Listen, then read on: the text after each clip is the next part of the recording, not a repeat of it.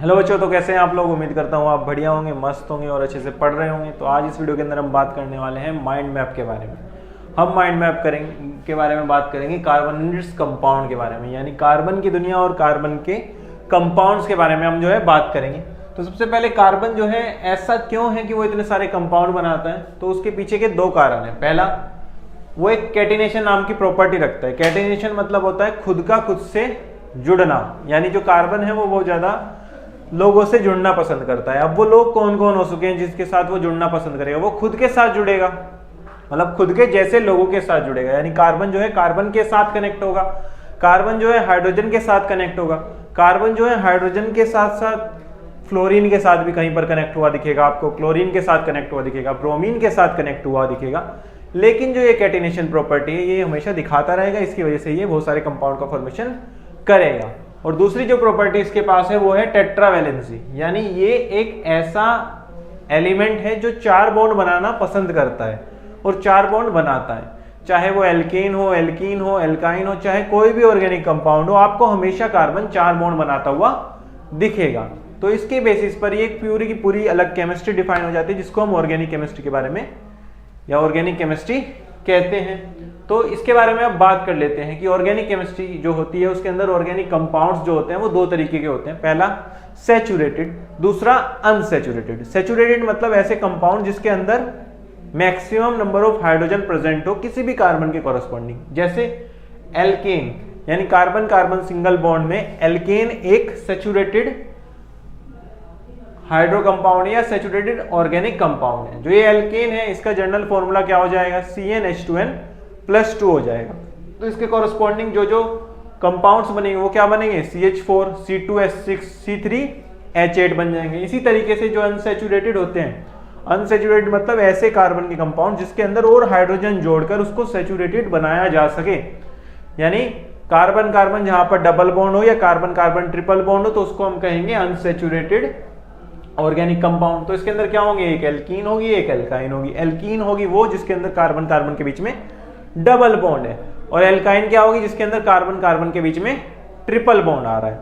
अब ऐसे जैसे कि एल्कीन का भी एक जनरल फॉर्मूला होता है, इसी तरीके से एल्काइन का भी एक जनरल फॉर्मूला होता है। क्या जनरल फॉर्मूला होता है एल्कीन का, CnH2n, जहां पर n की वैल्यू क्या होगी, 2 से स्टार्ट होगी, यानी सबसे पहली एल्कीन क्या होगी, C2H4, दूसरी नंबर की क्या होगी, C3H6 हो जाएगी। इसी तरीके से एल्काइन होती है, एल्काइन का जनरल फॉर्मूला क्या होता है, CnH2n-2 हो जाता है, जिसके कॉरस्पॉन्डिंग सबसे पहला जो मेंबर आता है एल्काइन फैमिली का वो क्या होता है, C2H2, दूसरा क्या होगा, C3H4 हो जाएगा। तो ये बात हो गई सैचुरेटेड और अनसैचुरेटेड की। इसके बाद जो है हम होमोलोगस सीरीज देखते हैं। होमोलोगस सीरीज क्या होती है, ऐसी सीरीज जिसके अंदर अलग अलग ऑर्गेनिक कंपाउंड्स होंगे, एक सीरीज में प्रेजेंट होंगे, लेकिन शर्त ये होगी कि उनका सबका फंक्शनल ग्रुप सेम होगा और वो सब सेम केमिकल प्रॉपर्टी शो करेंगे, क्योंकि फंक्शनल ग्रुप की वजह से ही हम बताते हैं कोई कंपाउंड कैसी प्रॉपर्टी शो करता है। यानी जितने भी अल्कोहल्स होते हैं वो सेम प्रॉपर्टी शो करते हैं, जितने भी कार्बोक्सिलिक एसिड होते हैं वो सेम प्रॉपर्टी शो करते हैं। क्यों करते हैं, क्योंकि उसके अंदर फंक्शनल ग्रुप सेम होता है। तो इन्हीं कॉरस्पॉन्डिंग कंपाउंड जो बनेंगे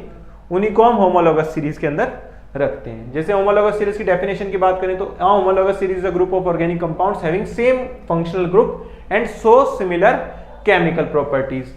और जो सक्सेसिव मेंबर होंगे इस कंपाउंड के वो डिफर होंगे एक दूसरे से, यानी पहला कंपाउंड और दूसरा कंपाउंड के बीच का जो डिफरेंस होगा, यदि वो लगातार मेंबर हैं होमोलोगस सीरीज के, कितना होगा, CH2, और जो इसका मास डिफरेंस होगा वो होगा 14 मास यूनिट। जैसे कि यहाँ पर एक हमने होमोलोगस सीरीज दी है एल्केन की जिसके अंदर CH4 है।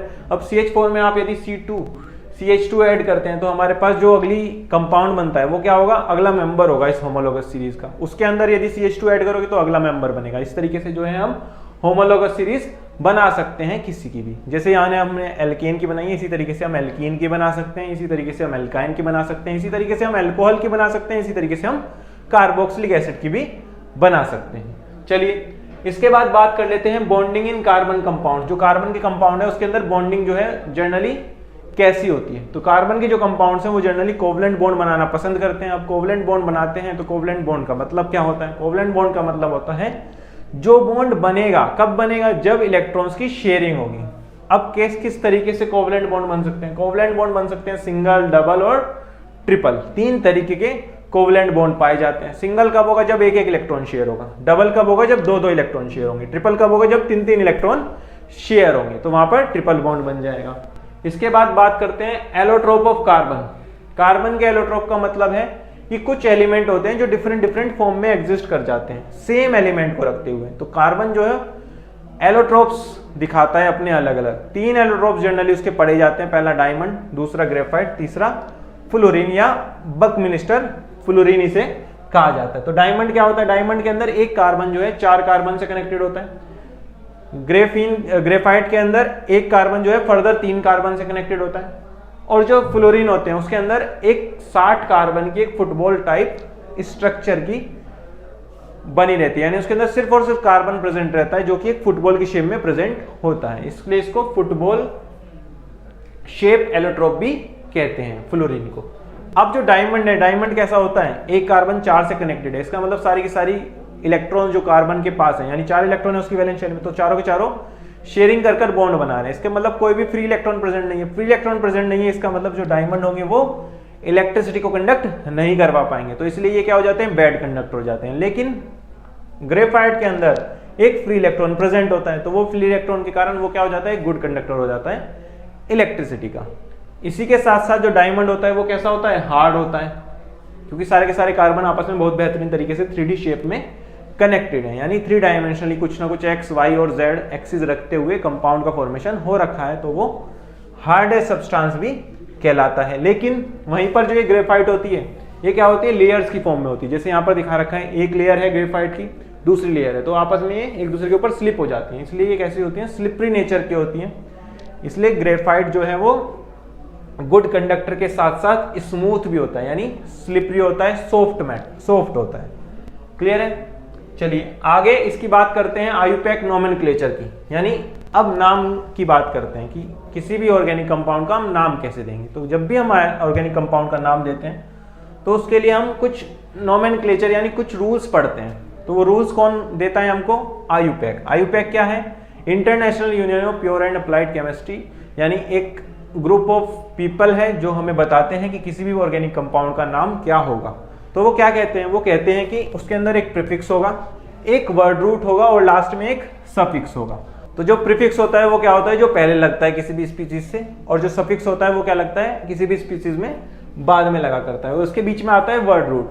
अब जो प्रीफिक्स होता है वो क्या क्या हो सकता है? वो हेलोजन हो सकता है। हेलोजन यानी कोई भी फ्लोरीन हो सकता है, क्लोरीन हो सकता है, ब्रोमीन हो सकता है, आयोडीन हो सकता है। इसके साथ साथ एल्काइल ग्रुप हो सकता है, जैसे कोई भी CH3 ग्रुप जग गया, C2H5 लग गया, तो ये सब क्या हो गए?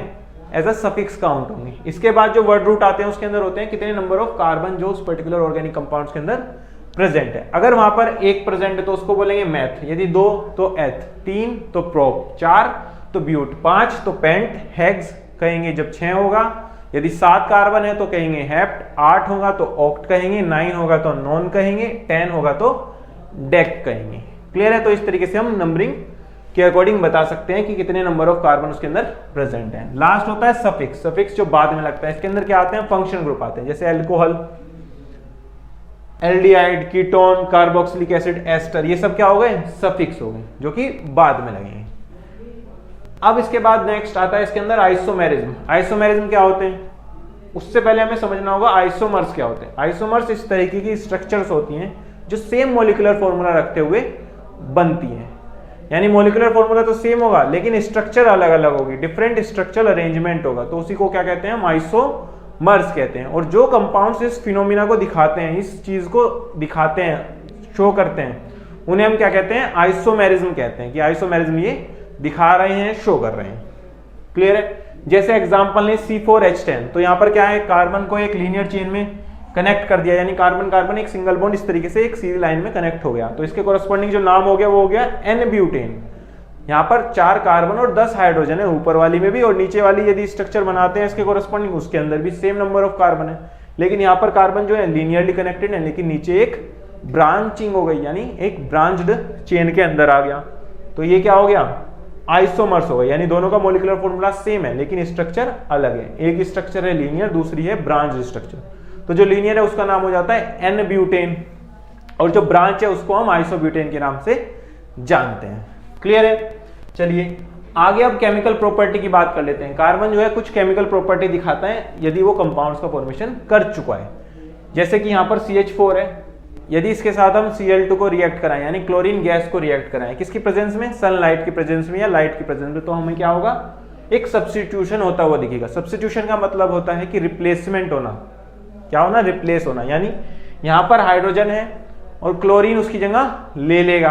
अगर क्लोरीन उसकी जगह ले लेता है एक हाइड्रोजन की, किसके अंदर, मीथेन के अंदर, तो वहां पर क्या बनेगा, CH3Cl बनेगा। इसी को क्या बोलते हैं हम, सब्स्टिट्यूशन रिएक्शन कहते हैं। दूसरी रिएक्शन क्या दिखाता है, कंबशन। कंबशन का मतलब होता है ऑक्सीजन की प्रेजेंस में बर्न होना।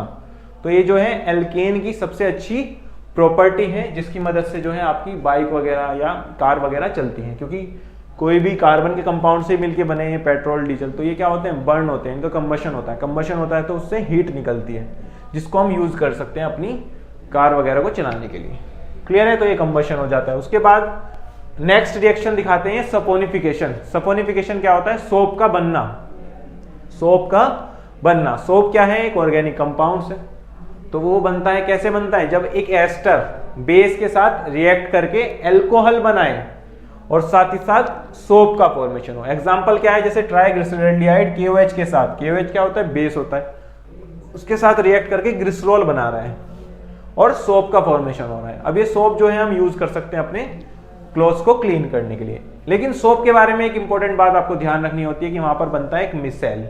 अब मिसेल क्या होता है, मिसेल एक तरह की स्ट्रक्चर होती है जो किसी भी सोप वाटर के अंदर बनती है जब कोई भी डस्ट उसके कांटेक्ट में आ जाए।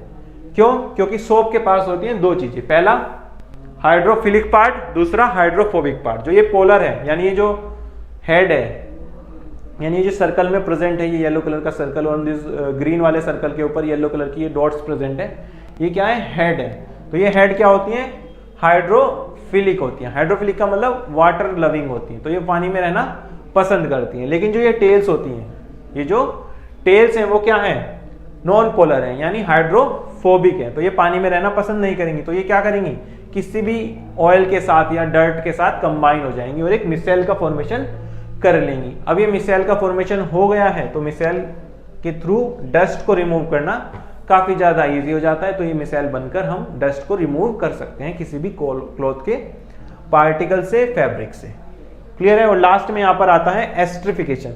एस्ट्रिफिकेशन का मतलब होता है एस्टर का बनना। और जब भी एस्टर बनता है, क्योंकि एस्टर कैसे होते हैं, स्वीट स्मेल होती है, यानी एक मीठी सुगंध आती है एस्टर जब भी बनता है, तो उसके कॉरस्पॉन्डिंग जब भी रिएक्शन होगी, क्या रिएक्शन होगी, जिसके अंदर कोई भी एसिड, खासतौर से कार्बोक्सिलिक एसिड जैसे कि एसिटिक एसिड, रिएक्ट कर रहा है एल्कोहल के साथ, तो वो क्या बना रहा है, वो एस्टर का फॉर्मेशन कर रहा है। और अगर एस्टर बना है तो वहां पर हमें फ्रूटी स्मेल या स्वीट स्मेल आती है, जिसकी वजह से हम कंफर्म कर सकते हैं कि यहाँ पर एस्टर का फॉर्मेशन हुआ है। तो ये था हमारा माइंड मैप। कौन से चैप्टर का था, कार्बोनेट्स कंपाउंड का था। तो आई होप आपको जो है अच्छे से क्लियर हो गया होगा। अब इसकी जो PDF है वो आपको मिल जाएगी मैजिक बॉक्स के अंदर, और साथ ही साथ जो बाकी माइंड मैप है या फिर कोई भी माइंड मैप हो, चाहे कार्बोनेट्स कंपाउंड का हो या फिर आपका केमिकल इक्वेशन एंड रिएक्शन का हो या फिर एसिड बेस सोल्ट का हो, तो ये सब आपको कहाँ मिलेगा, माइंड में उसके मैजिक बॉक्स के अंदर मिल जाएगा। और साथ ही साथ जो है आप वन शॉट यदि देखना चाहते हैं इन सभी चैप्टर्स के, तो वो भी आपको मैजिक बॉक्स के अंदर मिल जाएंगे। और इसी के साथ साथ इंपॉर्टेंट क्वेश्चन जो न्यू पैटर्न पर आए हैं वो भी आपको मैजिक बॉक्स के अंदर मिल जाएंगे। तो मैजिक बॉक्स को जाकर फटाक से देख मारिए ताकि आप अपने एग्जाम के लिए बेहतरीन तरीके से तैयारी कर सकें। तो चलिए मिलते हैं अगली वीडियो में, तब तक के लिए अपना ध्यान रखें और जैसे पढ़ते रहें।